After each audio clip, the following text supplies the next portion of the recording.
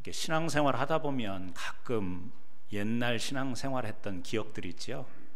교회 예배당 안에서도 그런 분위기를 느낄 때가 있어요. 옛날이 생각나는 때.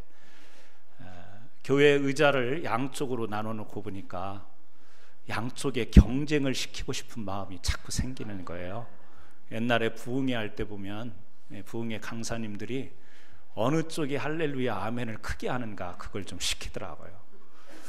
죄송하지만 저 오늘 한번 그거 해보고 싶어요. 그래서 우리 이쪽에 앉으신 분들 큰 소리로 우리 할렐루야 하면 이쪽에 앉으신 분들이 아멘 크게 하시고, 또 복수하기 위해서 한 번 더 할렐루야 하시고 아멘 하시고, 이렇게 한번 큰 소리로 우리 한번 해봤으면 좋겠습니다. 먼저 우리 할렐루야 한번 해보시겠습니다. 할렐루야. 할렐루야. 네, 아멘 하시죠. 네, 조금 마음이 안 맞아요. 네, 기회를 드리겠습니다. 할렐루야 크게 한번 하십니다. 할렐루야. 네. 센 것이 아무 소용이 없어요. 하나님은 작은 소리, 세미한 소리도 받으시는 줄로 믿습니다. 오늘 우리 같이 한번 인사하는데요, 오늘 처음부터 그렇게 했으니까 이쪽은 이쪽 보시고 이쪽은 이쪽 보시고 그쪽에 앉아서도 사랑합니다 이렇게 한번 인사하시죠. 야, 사랑합니다. 아멘. 오늘은 우리가 생각해 봐야 될 친밀감 이런 제목으로, 친밀함 이런 제목으로 여러분과 함께 은혜를 나누고자 합니다. 미국의 인류학자 에드워드 홀이라는 사람이 인간 관계에 있어서 거리에 대한 연구, 근접학이라고 이야기를 합니다. 이걸 연구한 거예요. 이 사람들의 관계 속에서 사람들의 거리가 주는 친밀감, 친밀함, 이것을 연구한 거죠. 그래서 이 사람들의 인간관계의 거리를 네 가지 유형으로 구별을 해서 이렇게 사람들의 그 거리에 따라 친밀감이 다르다, 이것을 이야기를 합니다. 구체적으로 다 이야기할 수는 없지만 하나의 예를 들면, 이 미국 분들은요, 이 미국 사람들은 이 사람의 거리가 한 50cm 정도 되는 거리여야 편안함을 느낀다고 해요. 대화를 할 때도 그렇고 이렇게 사람을 마주할 때 한 50cm 정도가 아주 적정한 거리라고 그렇게 생각을 한답니다. 그런데 아랍 사람들은요 30cm 정도가 편안하게 느끼는 거리라고 해요. 다 그렇지는 않겠지만 이 학자가 대략 연구해서 그런 이야기를 해요. 그러니까 아랍 사람과 미국 사람이 이야기를 하면 아랍 사람들은 자꾸 가까이 오려고 하고 미국 사람들은 자꾸 뒷걸음질 치는 현상이 생긴다, 그런 이야기를 합니다. 우리 사람에게 거리 있죠. 아무것도 아닌 것 같지만 우리도 모르는 무의식적인 이 상황에서 어떤 사람과의 대면하는 관계 속에서 적정한 거리가 형성이 될 때 편안함을 느끼기도 하고, 또 어떤 때는요 또 불편하기도 하고, 어떤 때는 그 거리가 주는 유혹감도 느끼고, 이런 것이 있죠. 이 에드워드 홀이 말한 친밀감에 있어서 이 가장 첫 번째 이야기할 때 우리 사람들이 어느 거리에서 가장 친밀함을 느끼는가, 역시 한 40에서 50cm 정도 되는 거리를 친밀하게 느낀다라는 거예요. 그래서 이 거리가 사실 아무것도 아닌 것 같아도 사람의 그 친밀도 정도를 확연하게 드러난다는 거죠. 사람이 귓속말을 할 때 사람에게 다가가죠. 아주 가까이 가서 귓속말을 하게 되는 거죠. 귓속말을 할 정도라고 한다면 그 사람과 나만의 어떤 다른 사람들에게 알리지 않고 싶은 내용을 전달하려고 할 때 귓속말을 하는데, 그때 사람의 거리가 가까워지는 거죠. 그런데 사람이 이 가까운 거리가 친밀감을 나타내는 그것만을 의미하느냐? 그렇지 않기도 하다고죠. 사람이 위협을 가할 때, 공격을 할 때도 사람은 거리를 좁힌다라고 하는 거죠. 그래서 사람이 40cm에서 50cm 정도 거리를 두는 것은 친밀감을 나타내는 거리이면서 또 한편으로는 자기를 보호하고자 하는 거리의 영역이다, 이렇게 이야기를 하죠. 여러분, 가끔 우리 미국에서 또 뭐 한국에서도 볼 수 있지만 한국보다는 미국에서 더 자주 볼 수 있는 장면인 것 같아요. 뭐죠? 그 메이저리그 야구를 보다가 코치들이 가끔 어필하러 나와가지고 심판하고 아니면 상대편 누구하고 아규할 때가 있죠. 그때 장면들 보셨죠? 어떻게 하죠? 절대 손은 올리지 않아요. 그래 놓고 얼굴을 막 내밀어요. 얼굴 거의 코가 붙을 정도로 막 고개를 내밀고 춤도 안 튀기나 봐. 막 대놓고요 설전을 벌이죠. 그 공격하는 거죠. 그 자기 이 잘못된 상황에 대해서 공격적인 이 자기의 모습을 드러낼 때 거리를 좁혀서 막 전진해 나가면서 얼굴을 맞대고 그렇게 어필하는 것을 우리가 볼 수 있지요. 그렇습니다. 친밀감의 거리가 우리에게 친근감을 주기도 하지만 어떤 때는요 이 가까운 거리가 위협을 주기도 하고 그 거리에서 나는 나를 보호해야 된다라고 하는 적정한 자기 보호의 거리를 사람들은 유지하려고 하는 성향이 있다. 이것을 에드워드 홀이 이야기를 합니다. 여러분, 우리가 살아가면서 이 친밀함, 이것은 너무 소중한 겁니다. 친밀하게 지내는 것 어느 누구에게 물어봐도 이것을 싫어하거나 거부하는 사람은 없죠. 부족해서 오히려 더 친근하고 친밀하려고 노력하는 것이 우리 사람들이 아닌가, 그런 생각을 해봅니다. 사람은 이 살아가면서 참 외로움을 많이 느끼는 존재죠.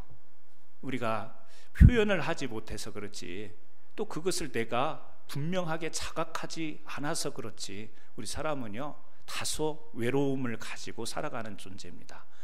그렇게 살아가다 보니까 늘 우리도 이 친밀함이라고 하는 것을 필요로 느끼게 된다라고 하는 사실이죠.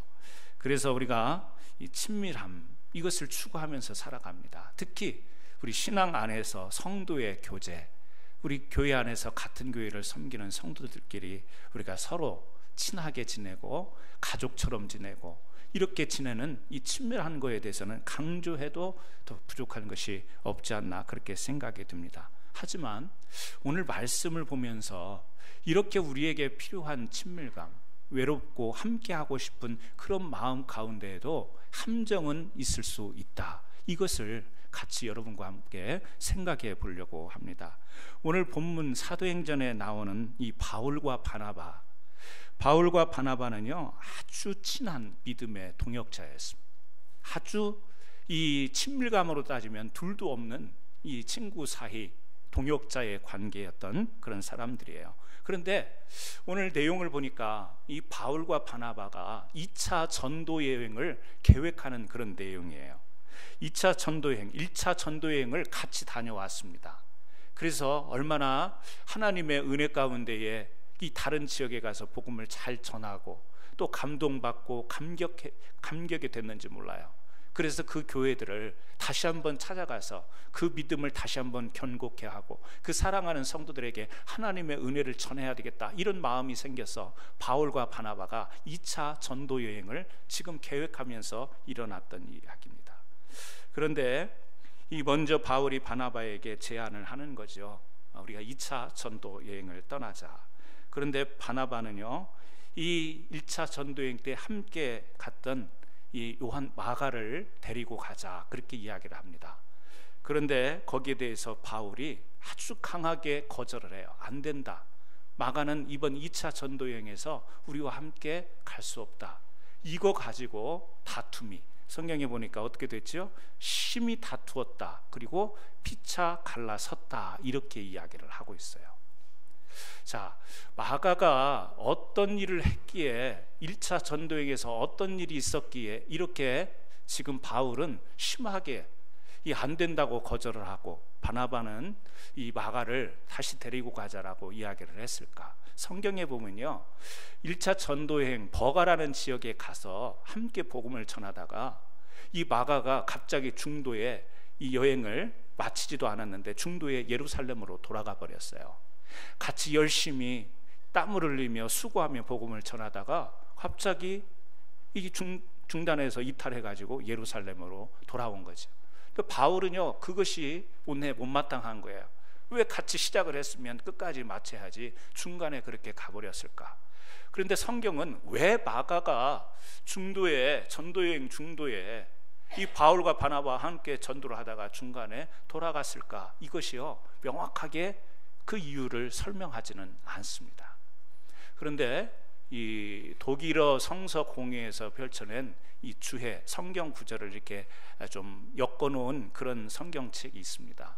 또 여러 이제 성경 학자들이 추측 해석하는 내용들이 있어요. 그게 뭐냐면 바울은요, 당대의 석학이었어요. 우리가 잘 아는 것처럼 가말리엘 밑에서 율법을 아주 연구를 했던 사람입니다.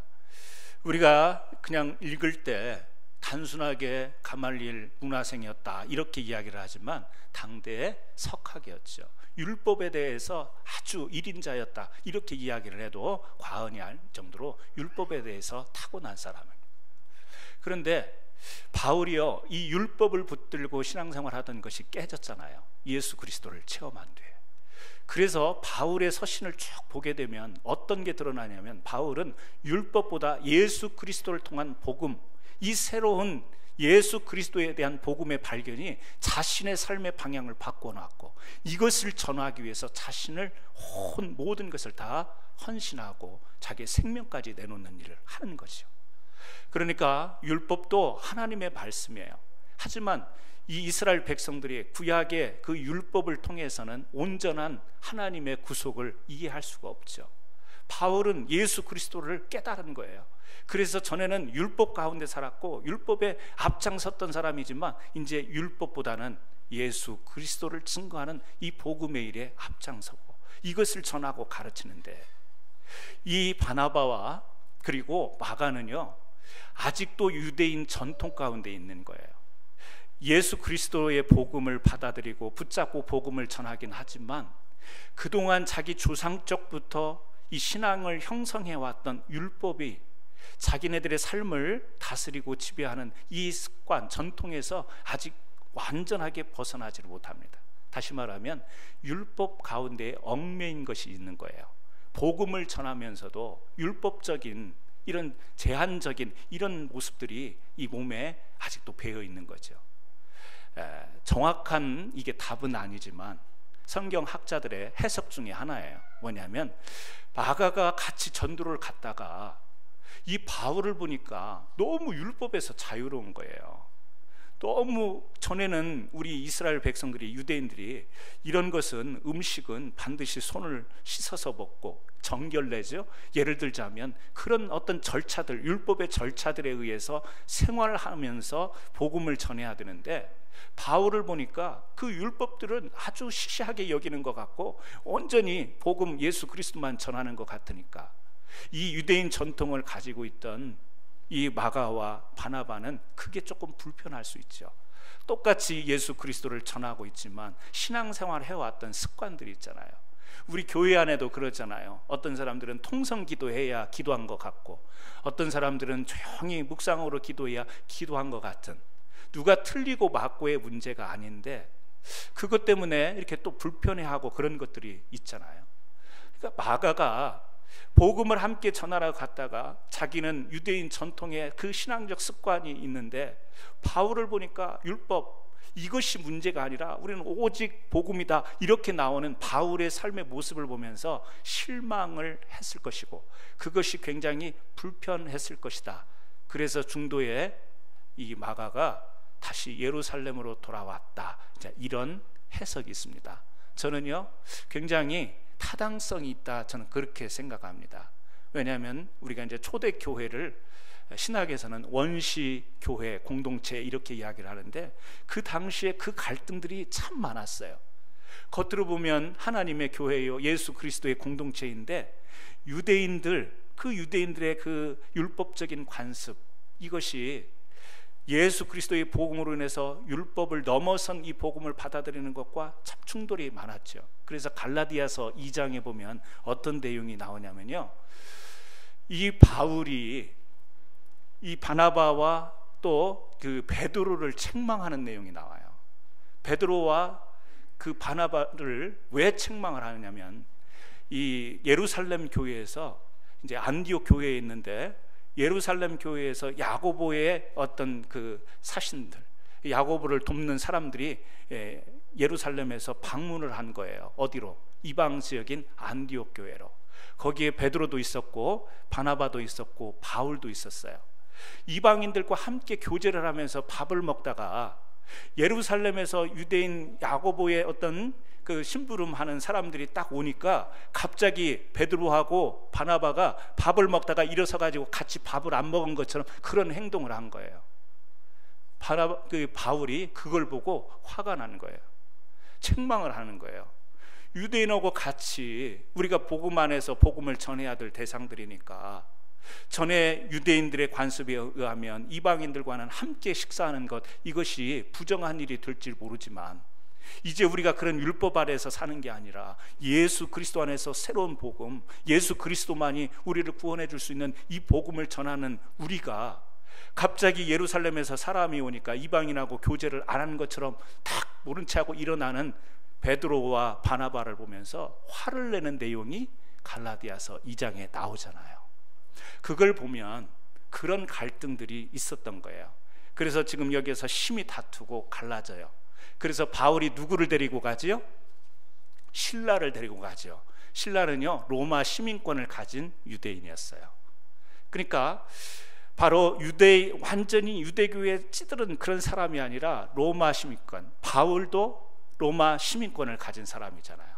그래서 바울과 실라가 같이 가게 되고 바나바는 마가와 함께 복음을 전하러 가게 되는 거죠.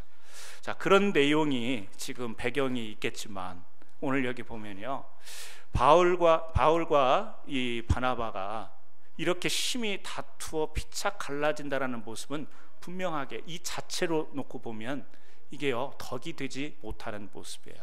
왜 그랬죠? 이들은요, 당대의 이방인의 복음을 전하는, 어떻게 보면 교회에서 모든 사람들이 인정하는 귀한 사도들이었어요. 바울의 서신에서 우리가 발견할 수 있는 게 뭐지요? 성령의 열매, 성령 충만할 때 어떻게 살아가야 되는가, 우리 그리스도인들이 어떤 덕을 가지고 살아가야 되는가, 사랑하고 화평하고 인내하고 오래 참아, 이런 이야기들을 막 했잖아요. 그런데 여기 보니까 지금 전도하러 가자고 하면서 화가 나고 거기에서 심히 다투고 갈라진 것을 보면 바울이 말한 성령의 충만함, 성령의 열매는 그 자신에게는 해당이 안 될까, 이런 우리가 의구심을 가질 수도 있잖아요. 그런데 저는 오늘 여기에서 볼 때요, 왜 바울과 바나바가 갈라졌을까? 억지적인 추측일지는 모르겠지만 저는 그렇게 생각해 보는 거예요. 너무 친했기 때문이다. 너무 친했기 때문이다. 왜요? 이들이 처음 1차 전도 여행을 갈 때는 어떻게 하나님 앞에 부름을 받았는가? 사도행전 13장에 보면 2절 말씀에 이 내용이 나와요. 사도행전 13장 2절 말씀이에요. 찾으신 분들 같이 한번 읽어보겠습니다. 시작. 주를 섬겨 금식할 때에 성령이 이르시되 내가 불러 시키는 일을 위하여 바나바와 사울을 따로 세우게 하시니. 3절에 보니까 이에 금식하며 기도하고 두 사람에게 안수하여 보내니라. 전도하러 보낼 때에 그때 분위기가 뭐냐면 금식하면서 성령의 임재함 속에서 이 두 사람을 세워서 전도하러 1차 전도여행을 나가는데 파견을 한 거예요. 그런데 우리가 읽었던 15장으로 돌아와서 이제 36절을 보게 되면 며칠 후에 바울이 바나바더러 말하되 우리가 주의 말씀을 전한 각 성으로 다시 가서 형제들이 어떠한가 방문하고. 바나바와 바울이 어떻게 했죠? 서로 말을 했어요. 서로 이야기를 했어요. 적어도 하나님 앞에 사명을 받은 사람이기 때문에 우리가 다시 복음 전하는 일을 위해서 다시 방문하자라고 전도 여행을 계획을 했겠죠. 하나님께 기도하면서 결정을 했겠죠. 그러나 성경에 나타난, 우리가 문구로 봤을 때 1차 전도 여행을 갔을 때는요, 금식하며 기도하며 성령의 임재를 통해서 두 사람을 세우고 보낸 거예요. 그런데 15장의 2차 전도 여행에 이제 계획을 세울 때는 바나바와 바울이 어떻게 했어요? 서로 상의하는 거예요. 말로 하는 거예요. 그리고 기도하고 성령이 임했다라는 내용이 나타나지 않죠. 물론 문자적인 해석을 하자라는 건 아니에요. 그러나 성경을 통해서 우리는 이런 점도 생각해 볼 수 있는 거죠. 뭐죠? 사람이 너무 친하면요, 마음이 잘 맞으면 어떤 일을 쉽게 결정하잖아요. 그래서 부부들이 신앙생활을 할 때 이 하나님께 기도하고 어떤 일들을, 가정의 일들을 해 나가야 되는데, 기도하고 일을 결정하기보다는 일을 결정하고 부부 사이에 합의된 내용을 가지고 기도하는 경우가 더 많죠. 물론 우리가 살아가다 보면 어떤 일을 결정하고 그것을 위해서 하나님의 도우심을 구하는 기도가 필요할 때가 있어요. 그런데 가까운 사이다 보면 하나님께 뜻을 구하여서 하나님의 뜻을 받들고 그 일을 하기보다는 우리끼리 생각이 공유되고 우리끼리 가까운 생각이 모아져서 그 일을 놓고 하나님께 기도하며 나가는 경우가 있을 수 있다라는 이야기죠. 오늘 이 바울과 바나바를 보면서 이 점을 우리가 조금 생각해 볼 필요가 있다라는 거죠. 물론 큰 잘못이겠어요? 아니죠. 하나님은 선하신 방법을 통해서 이들이 심히 다투고 갈등했지만, 갈라졌지만 결국에는 바울은 신라와 붙여서 바나바는 마가와 함께 이 전도 여행을 나가게 되죠. 선한 열매를 맺게 됩니다. 하나님은 선하신 길로 인도는 하셨어요. 그러나 그 과정 속에서 우리가 한번 살펴볼 것, 믿음의 동역자이고 둘도 없는 사이죠. 왜 둘도 없는 사이냐? 바울이 회심한 뒤에 이제 이 그리스도 신앙 안으로 들어왔을 때요, 이 바울을 받아주는 사람이 없었어요. 이름이 사울이었잖아요. 왜? 율법을 가지고 예수 믿는 사람들을 핍박하고 죽이는 데 앞장섰던 사람 아니에요. 그러니까 이가 예수 그리스도를 이제 깨닫고 돌아왔을 때 아무도 반겨주지 않는데 누가 받아줬어요? 바나바가 바울을 맞이하고, 다른 사람들은 냉대의 눈으로 쳐다보는데 따뜻하게 맞이하면서 같이 주의 동역할 수 있도록 맞이한 사람이 바나바니까 얼마나 둘 사이가 가까운 사이였겠어요. 그리고 또 1차 전도여행을 하면서 하나님의 역사하심을 같이 다 목도하고 경험하고 그 은혜를 누렸기 때문에 정말 떼어놓을 수 없는 그런 친분관계가, 영적인 친분관계, 믿음의 동지관계가 되지 않았을까. 그런데 그 관계 속에서 함정이 생기는 거죠. 어떤 함정이죠? 너무 가깝다 보니까 내가 이렇게 이야기하면 척하게 알아들을 거야, 내가 이렇게 하면 내 눈빛만 봐도 저 사람은 알 거야. 그런 관계 속에도 함정이 있을 수 있다는 거지. 오늘 이 말씀 속에서 발견하는 함정은 뭐였어요? 하나님께 기도했더라면, 마가가 그렇게 불편한 관계여서 2차 전도여행을 계획할 때 이 마가를 어떻게 해야 되나 그게 고민이 되었다면, 먼저 바울이 기도하고 바나바가 함께 기도해 봤으면 하나님께서, 야, 너희들 사이를 보니까 이번에는 나눠서 가는 게 좋겠다. 바울 너는 신라하고 가면 좋겠고 바나바 너는 마가를 데리고 그렇게 전도하면 좋겠다. 주님께서 형편과 사정을 아시고 그렇게 상황을 인도하셨더라면 이들이 심히 다툴 일도 없고 갈라질 필요도 없고 은혜 속에서 자연스럽게 전할 수 있었을 텐데 하는 아쉬움을 우리가 생각해 볼 수 있는 거죠. 여러분, 그렇습니다. 친밀함이라고 하는 것은 우리가 추구해야 되는 겁니다. 우리가 노력해야 되는 거예요. 좋은 거예요. 그러나 그 좋은 것 속에도 함정은 있을 수 있어요. 특별히 믿음, 신앙, 우리가 사역에 있어서 이 친밀한데 여기에서 너무 친하다 보면 하나님께 묻지 않고 우리가 마음이 맞았으니까, 우리가 연합이 되었으니까, 우리가 하나가 되었으니까 이렇게 하자라고 주님의 구하심을, 주님 앞에 도우심을 구하지 않고 주님께 기도하지 않고 일을 하게 되다 보면 그 친밀함 때문에 오히려 더 큰 곤란과 어려움이 생길 수 있다라는 거죠. 사랑하는 성도 여러분, 가족도 그렇고 교회의 성도의 관계도 그렇습니다. 모든 사람과의 관계 속에서 우리의 신분은요, 그리스도인이에요. 그리스도의 몸된 교회를 섬기는 자들이에요. 그래서 친밀함이라고 하는 것이 소중하지만 예수 그리스도가 배제된 친밀함은, 사적인 친밀함은 우리에게 언제든지 함정이 된다는 사실을 기억하시기 바랍니다. 그래서요, 우리가 아무리 친밀한 관계에 있더라도 하나님께 기도하고 하나님의 뜻을 함께 먼저 구해보자고, 그래서 그 하나님이 주시는 감동과 감격과 하나님이 임재하여 주시는 그 은혜를 가지고 서로 그 친밀함을 하나님의 사역을 위해서 아름답게 쓸 수 있는 그런 저와 여러분 되시기를 주의 이름으로 축원합니다. 두 번째는요, 우리가 이 친밀함의 함정에 빠지지 않아야 되면서 동시에 우리가 친밀한 호칭 사용의 함정에 빠지지 말자. 이번 어제가 아니고요, 지난 토요일 새벽에 나눴던 말씀을 동일하게 똑같이 오늘 다시 한번 전하려고 합니다. 말씀을 전하다 보면 여러분들이 불편하게 느껴지는 부분들이 있어요. 왜냐하면 직접적으로 자기에게 해당되는 거, 직접적으로 자기에 해당되는 것이 은혜로 받아지는 사람이 있고 불편함으로 받아지는 것이 있어요. 우리 교인들의 수준을 제가 알기 때문에 아멘 하시지 않아도 은혜로 받아줄 줄 믿고, 할렐루야, 믿고, 믿습니다. 절대 겉으로 웃으면서 나갈 때 시험 든 표정으로 나가지 마시기를 바라요. 그러나 설교와 말씀이라는 것은 우리의 삶의 실제를 이야기해야 되는 거지, 그 뜬구름 잡는 이야기를 나눠봤자 우리가 여기서 아무런 그 어떤 실익이 없는 그런 예배를 드리고 갈 수밖에 없죠.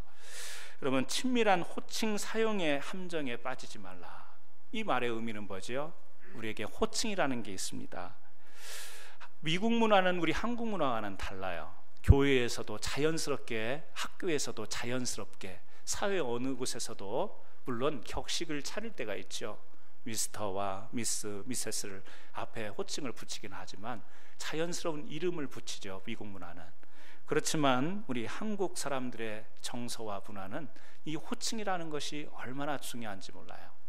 그래서 처음 만나는 사람을 딱 만나면 대충 먼저 파악하고 싶은 것이 저 사람이 몇 살인가, 이걸 파악하고 싶은 거예요. 저 사람이 몇 년생인가, 이걸 파악하고 싶은 거죠. 왜?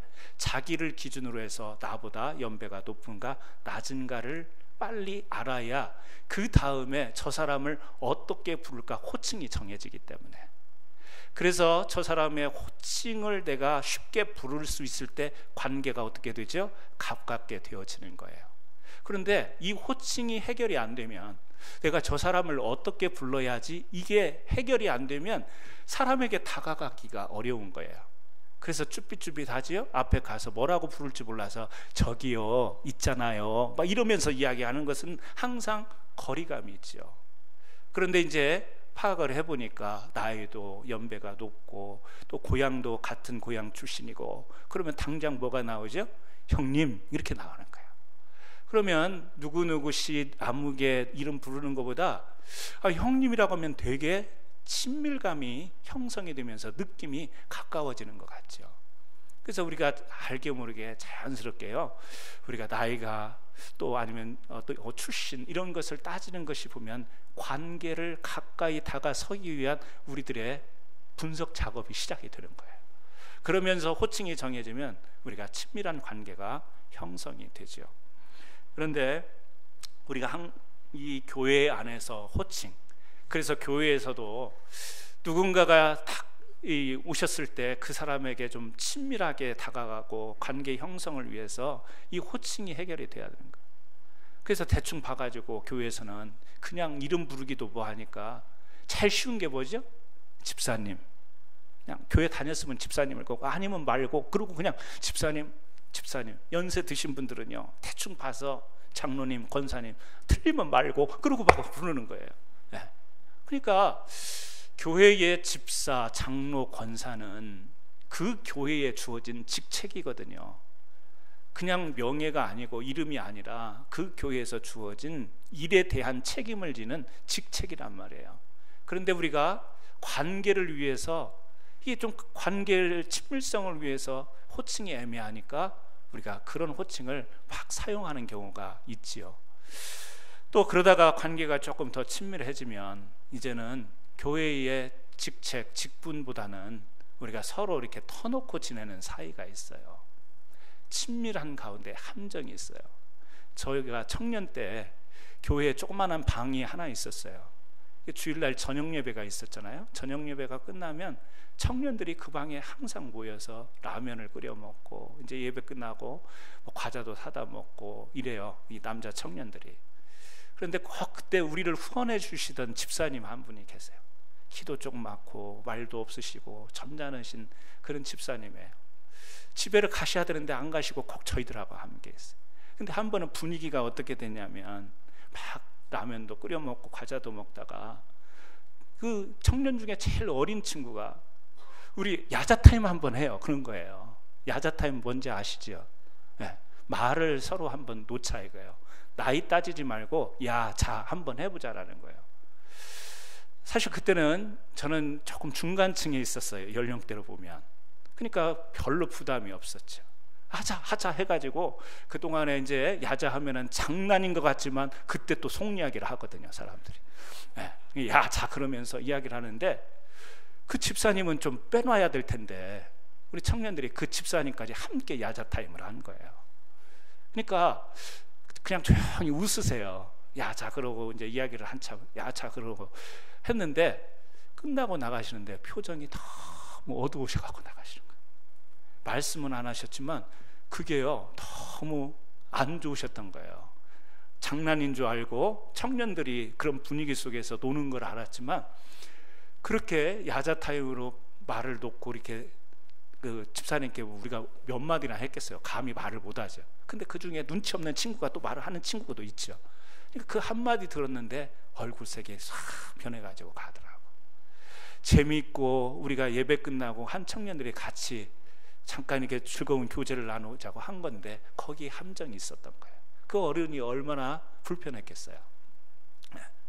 여러분, 친밀하지만 거기에 함정이 있을 수 있고 우리들이 서로 친하자고 부르는 호칭 가운데에 함정이 있을 수 있습니다. 그래서 우리 교회가 우리 교회 너무너무 좋은 교회. 저 거짓말 못하는 거 아시죠? 네, 아멘. 배장로님만이 저를 신뢰해 주는 것 같은 그 느낌. 정말이에요. 그런데 우리 교회에 약간 2%가 부족하다라는 느낌. 우리 교회가 따뜻하고 정이 많고 사랑이 넘치지만 너무 사랑이 많다 보니까 2% 오버되는 부분이 있어요. 그렇게 이해를 하면 좀 우리가 편할 것 같아요. 왜 그러냐면 이 호칭 문제에 있어서 가족 같아 보니까 우리 교회는, 교회의 직분은요 그리스도의 몸을 이루는 교회. 예수 그리스도는 그리스도의 몸을 이루는 머리고 교회는요 몸이라고 그랬어요. 그러면 교회가 얼마만큼 중요한 것인가 성경은 상징적으로 이야기하는 거예요. 교회가 보다 그리스도의 몸이다. 예수는 누구다? 몸의 머리다. 그러면 이 교회라는 존재가 얼마나 귀하고 존귀한 것인가. 그렇다면 이 교회 안에서 우리들의 사귐은 하나님과 우리의 사귐이라고 표현이 되어 있는데 우리 성도 간의 사귐은 예수 그리스도의 그 고귀하고 존귀한 은혜 안에서 이루어지는 사귐이 되어야지 세상에서 가깝게 지내는 그 친밀함, 그것이 그대로 교회에 와서 동일한 모습으로 이렇게 하는 것이 우리가 친한 것이다. 이거는요 교회에서 있어야 될 친밀감이 아니라는 사실이에요. 교회는 교회다운, 성도는 성도다운 교제와 사귐과 친밀함이 형성돼야 될 줄로 믿습니다. 그래서 저는 부탁을 드리고 싶은 거예요. 부정적인 생각이 들어서 하는 게 아니라 너무 우리가 사랑과 정이 많고 또 우리 캔사스 지역이 30년 또 우리 교회도 35년 오랜 세월을 살아오다 보니까 몸에 배어있는 습관, 몸에 배어있는 자연스러움, 이런 것이 우리로 하여금 쉽게 고쳐지지 않고 쉽지 않다라는 것은 알아요. 자연스러운 거지만 어색한 것도 있어요. 옛날 생각해 보세요. 한국에서 식구들이 모여서 밥상에 둘러앉아 밥을 먹을 때 가운데 찌개가 끓여지면 숟가락에 밥이 묻었는데도 그 찌개에 서로 다 퍼다가 먹었어요. 찌개 하나 넣고 숟가락이 5개, 6개가 같이 들어가요. 철없는 애들은 막 숟가락에 밥알이 몇 알씩 붙어 있는데 그게 막 들어가는 것을 서로 떠먹었어요. 자연스럽죠. 왜? 그런 식탁의 문화가 우리 문화였으니까. 근데 여러분, 오늘 우리 친교 시간에 테이블별로 찌개 하나 가운데다 놓고 그릇 주지 말고 숟가락으로 떠먹으라면 떠먹으실 분 계세요? 있죠. 그런 인간도 있어요. 있기는 있지만 지금은 어려울 거예요. 왜? 위생적으로 이제 우리가 좀 풍요로워지고 경제적 수준도 올라가고 또 여러 가지 면에서 이제 그때와 다른 시대를 살다 보니까 그때를 막 경멸하는 게 아니라 그리움이 있잖아요. 추억이 있어요. 야, 그렇게 먹었었는데, 서로 빨리 먹으려고 밥은 안 먹고 찌개만 계속 퍼먹었던 때가 있었던데, 그 추억이 있잖아요. 자연스러움이에요. 그런데 지금 그것을 동일하게 우리 보고 하라고 한다면 어색하죠. 어렵죠. 왜? 위생을 알기 때문에. 지금은 그렇게 하지 않아도 방식이 틀리게 우리가 살아가는 그런 모습이 있기 때문에. 그렇죠? 몸에 배어있는 습관, 오랫동안 우리 몸에 배어있는 이런 습관들이 있지만, 이것이 건강에 조금, 식사로 말하면 위생상의 문제가 있고, 건강으로 이야기할 때 이것이 조금 건강하지 못한 모습이라고 한다면 우리가 조금은 바꿔나갈 필요가 있지 않을까. 그래서 교회 안에서 부탁드리기는, 우리 장로님들은 장로님 호칭이 있어요. 권사님들 호칭이 있고, 또 우리 집사님들 호칭이 있으면, 내 아들이 교회의 집사라면 아들 누구야 이렇게 부를 수 있지만, 교회에서는 아무개 집사님으로 불러줄 수 있는 거룩한 성도들이 되었으면 참 좋겠습니다. 내 며느리가 내가 집에서 함부로 부를 수 있는 이름이 있지만, 우리 교회의 집사로 직분을 가지고 있다면 아무개야 이렇게 이름을 부를 수 있지만, 그래도 아무개 집사님 이렇게 불러줄 수 있다면, 님자는 못 붙여도 아무개 집사라도 이렇게 불러줄 수 있다면, 그 호칭 속에서 우리의 해야 될 사명이 있는 거죠. 집사, 권사, 장로, 우리가 교회 그리스도의 몸의 지체로 모인 우리들이 단순한 인간적인 세상에서 외로워서, 세상에서 사람들 고독한데 여기 와서 친하게 좀 지내보자라는 그런 사귐이 아니라, 그리스도의 몸을 이루는 이를 위해서 우리가 만난 그 관계 속에서 사귐이 있는 것이기 때문에, 우리가 형제님, 자매님 내지는 집사님 조금 호칭은 거리감이 느껴지더라도 그 거리감이 우리의 사역을 막지는 못하는 거죠. 그런데 이런 경우가 있잖아요. 형, 언니, 동생 막 이러다가 그 친하게 되었다라는 그 관계 속에 또 알게 모르게 친하다 보면 그 나이에 따라서 알게 모르게 서열이라는 게 정해져요. 어린 사람은 윗사람의 말을 거스르기가 어려워요. 우리 문화는. 그러면 또 그것으로 인하여서 서로 안 좋은 관계들이 형성이 될 수도 있고, 또 친한 사이가 한순간에 사소한 일로 틀어지는 경우에 그 사람하고는 교회 일 안 하려고 합니다. 그 사람하고는 교회의 구역에 같이 들어가려고 하지 않아요. 우리가 만난 이유는 그리스도의 몸을 이루는 거룩한 교회에 주님이 맡겨주신 사명을 위해서 만난 것이고, 그 사명을 위해서 가족의 관계로 만나는 사귐이 있어야 되는 건데, 우리들의 사귐의 문제에서 어그러질 때 주의 몸된 교회의 일을 우리가 못하게 된다면, 이 친밀함, 이 사귐은 뭔가 잘못되어진 사귐이 될 수 있다. 그래서 저는 여러분들이 친밀하게 성도의 교제를 나누는 것은 정말 우리가 해야 될 일이지만, 그 친분이 틀어졌다고 해서 나 그 사람하고는 일 안 해, 나 그 사람이 있는 곳에서는 같이 안 할 거야, 이런 이야기는 절대 있어서는 안 되지 않을까. 저는 여러분들이 저의 이 전하는 말씀을 이해해 주시고 또 그렇게 또 순종해 주실 거라고 저는 믿습니다. 사적으로는 그럴 수 있겠죠. 사적으로는 전화해서 누구야 할 수도 있는 거고, 우리가 편하게 이야기할 수 있지만, 교회의 공적인 모임, 교회 안에서의 이 만남, 이런 거, 제가 지지난 토요일 날에도 그랬잖아요. 그런 이야기를 했죠. 어느 모임에 갔더니 다 언니, 야차 그러는데 저한테만 목사님. 얼마나 소외감 느꼈겠어요. 나한테 오빠라고 불러야지. 왜 나는 목사님이고 자기네들끼리는 그래. 웃자고 한 이야기였지만, 여러분, 우리가 그것을 지켜줄 때, 그리고 처음 지역에서 30년, 40년 친구지기로 알던 사람들 밖에서 말트고 야자했지만 우리 교회에 일단 오시면 다른 사람들이 볼 때에도 좀 그 사람을 존중해주고, 쉽게 부르는 것이 아니라 호칭을 잘 사용해서 이렇게 불러주실 때 교회 안에서의 모든 성도들의 영적인 품위가 유지가 될 수 있지 않을까. 우리끼리는 친한데 새로운 사람이 있을 때 자기네들끼리 사용하는 호칭에 끼어들지 못할 때 사람들은 그 교회의 벽을 느끼게 돼 있죠. 아, 나는 언제 저 사람들과 저런 가깝게 될까. 아, 아직 나는 이 교회의 멤버로서 그런 하나가 되지 못했다. 이 벽을요, 호칭에서 벌써 탁 느끼게 되는 거죠. 그래서 이것을 여러분들에게 오늘 말씀을 전하면서 친밀함, 이건 있어야 됩니다. 우리는 정말 가족 같은, 가족 이상의 어떤 때는 사역을 위해서 친밀해져야 됩니다. 그러나 친밀함 속에도 함정은 있다. 이 함정을 잘 우리가 극복하고 이겨낼 때 우리 교회가 정말 아름다운 교회 공동체가 되지 않을까. 저는 우리 교회가 품위 있는 교회라고 믿습니다. 저부터 품위가 있잖아요. 속상하시죠? 그런 이야기 들으면 좀 겸손하지 이렇게 하는데, 어떤 때는요 우리 스스로의 의식을 높여야 돼요. 나는 그냥 그렇게 살아, 이렇게도 살고 저렇게도 살고, 나는 이렇게도 공부해서 이런 학교 가고 저런 그냥 갈 거, 이게 아니라 의식을 정해놓고 우리가 그 의식에 맞게끔 살아가는, 거기에서 사람의 뭐가 나오죠? 품위.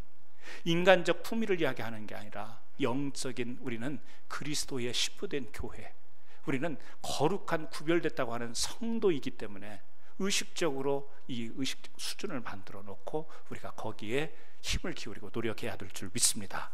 사랑하는 성도 여러분, 오늘 하나님 앞에서 친밀한 함정을 피해 가시는 저와 여러분 되기를 다시 한번 축복합니다. 기도합니다. 하나님 아버지 감사합니다.